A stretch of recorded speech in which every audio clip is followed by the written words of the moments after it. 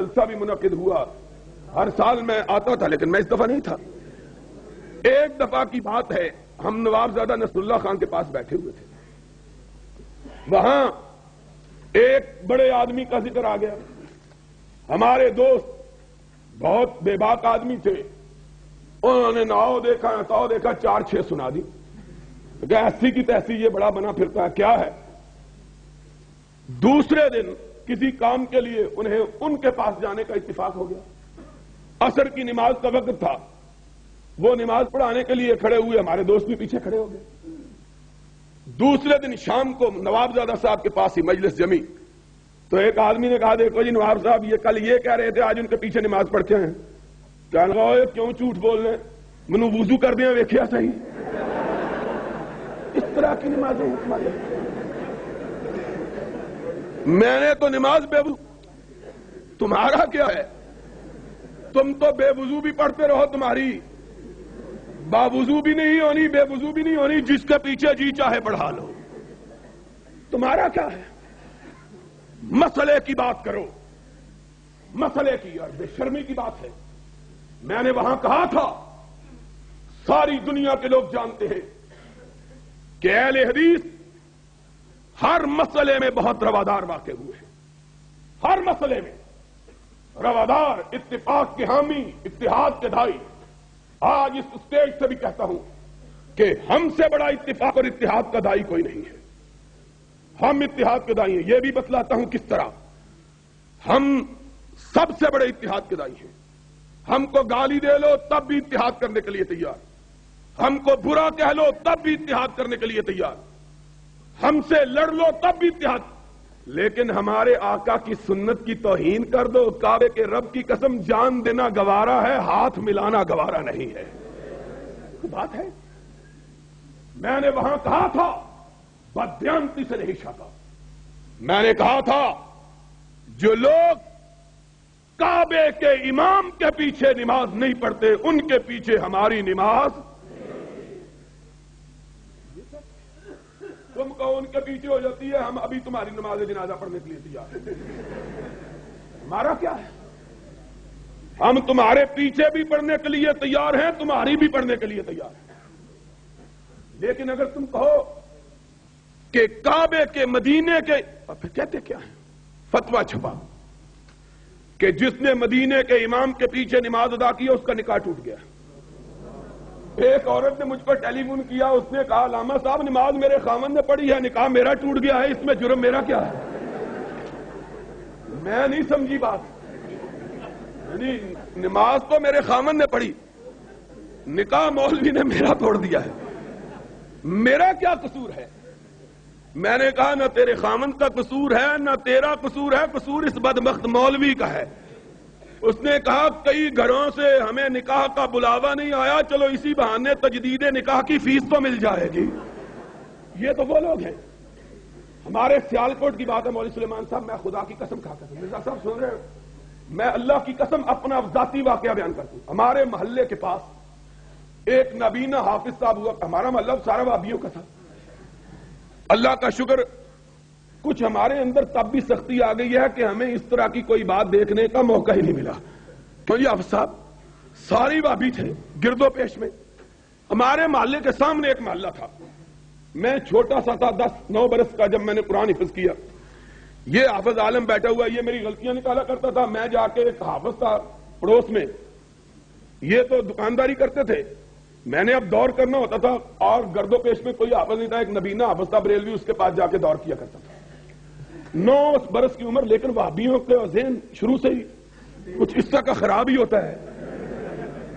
ایک دن ایک آدمی اس کے پاس آیا، کہنے لگا حافظ جی میرا منڈا مر گیا، جنازہ پڑھا دے۔ حافظ محمد علی اس کا نام تھا، نبینا تھا۔ کہنے لگا چلو چلو منڈے سارے جنازہ پڑھیں۔ میں نے کہا اگر کہتا ختم پڑھنے چلو تو ہم نہ جاتے، جنازے کی تو کوئی بات نہیں ہے۔ جنازہ پڑھنے گئے، اس نے 5 روپے دیے جنازہ، کہنے لگا اے تے جنازے نے تے اذان تو کسی اور کو دوائی سی، وہ بھی پیسے کٹ۔ تو نے کہا یہ تو مر گیا ہے، کہنے لگا اذان تے دوائی صحیح نا۔ ان کا کیا ہے؟ یہ تو لوگوں کے نکاح اسی لیے توڑتے پھوڑتے رہتے ہیں کہ پھر نکاح کی فیس ہمیں مل جائے۔ جو لوگ یہ کہیں، اور عقیدہ کیا ہے؟ عقیدہ یہ ہے کہ سرور کائنات متصرف فی الکائنات ہے، ان کا اختیار اور ان کا اقتدار ساری کائنات میں ہے، اور حضور اسی طرح زندہ ہیں جس طرح کس سے پہلے؟ نہیں، وفات تو ہوئی نہیں۔ اب عقل ہو تو کوئی پوچھے کہ کس سے پہلے؟ یہ احمد سعید کاظمی، میں نے آج تک کسی ملا کا نام نہیں لیا، لیکن آج نام لینے پر مجبور ہو گیا ہوں۔ کیوں گردش مدام سے گھبرا نہ جائے دل، انسان ہوں پیالہ و ساغر نہیں ہوں میں۔ اب کھا کھا کے گالیاں سینہ پک گیا ہے، جواب دیں گے انشاءاللہ۔ کس دن؟ جمعے کے دن ہی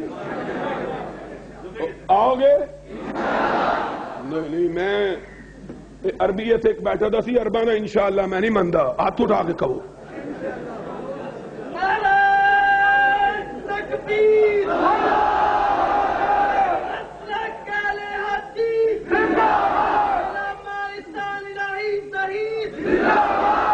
کہا اس ملا نے توہین کی بات کر رہے تھے، قاری پروفیسر سعید صاحب بھی عجیب سادہ آدمی ہے، میں نے دیکھا جیڑا بندہ پروفیسر ہو جاندہ وہ سادہ ہو جاندہ نہ لے۔ توہین کی ہے، توہین کیا توہین کی ہے؟ توہین یہ کہتے ہیں، آؤ میں تم کو بتلاتا ہوں توہین کون کرتا ہے، ذرا سامنے تو آؤ۔ میں پچھلا جمعہ یہاں پہلا جمعہ میں نے پڑھایا ہے، میں گیا ہوا تھا مصر، یمن اور سعودی عرب کانفرنسوں کے سلسلے میں۔ آتے ہی لوگوں نے بتلایا، بڑی ٹیپیں سنائی، بڑی گالیاں۔ میں نے کہا یار ان کے سنانے کی کیا ضرورت ہے، ان کا چہرہ دیکھ کے ہی گالیوں کا تصور یاد آ جاتا ہے۔ اور کسی نے کہا نا، کوئی بندہ گیا، سارے گاؤں والے اس کو کہتے بدھو ہے۔ اس نے کہا گاؤں ہی چھوڑ دو، اس گاؤں میں کیا رہنا جس سارے گاؤں والوں نے بدھو کا نام ہی رکھ دیا ہے۔ ایک دوسری بستی میں چلا گیا، وہاں تو نور پہ روٹی لیں گا، کوئی ایسی حرکت کی۔ انہوں نے کہا بدھوا تم کتوں آ گئے ہیں؟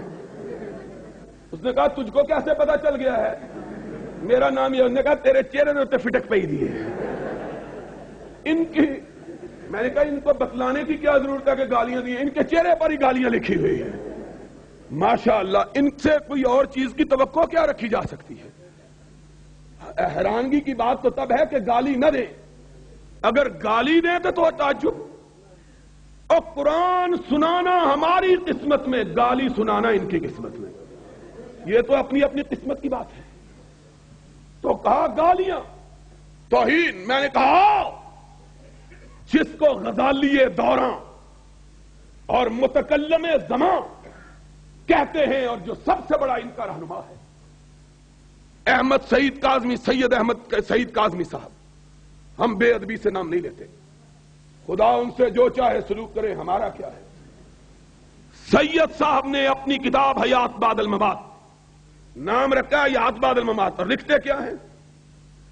کہا لمحے بھر کے لیے نبی پہ موت کا جھونکا آیا اور گزر گیا، اور جب آپ کے صحابہ آپ کو اٹھا کر دفن کرنے کے لیے لے جا رہے تھے، ذرا سننا بات، جب آپ کے صحابہ آپ کی چارپائی کو اٹھا کر آپ کو دفن کرنے کے لیے لے جا رہے تھے، حضور آنکھیں کھولے ہوئے باتیں کر رہے تھے۔ ہنستے ہو اور روو ماتم کرو، ہنسنے کی بات نہیں، رونے کی بات۔ مولوی بس کر، رونے کی بات ہے، ہنسنے کی بات نہیں۔ میں نے کہا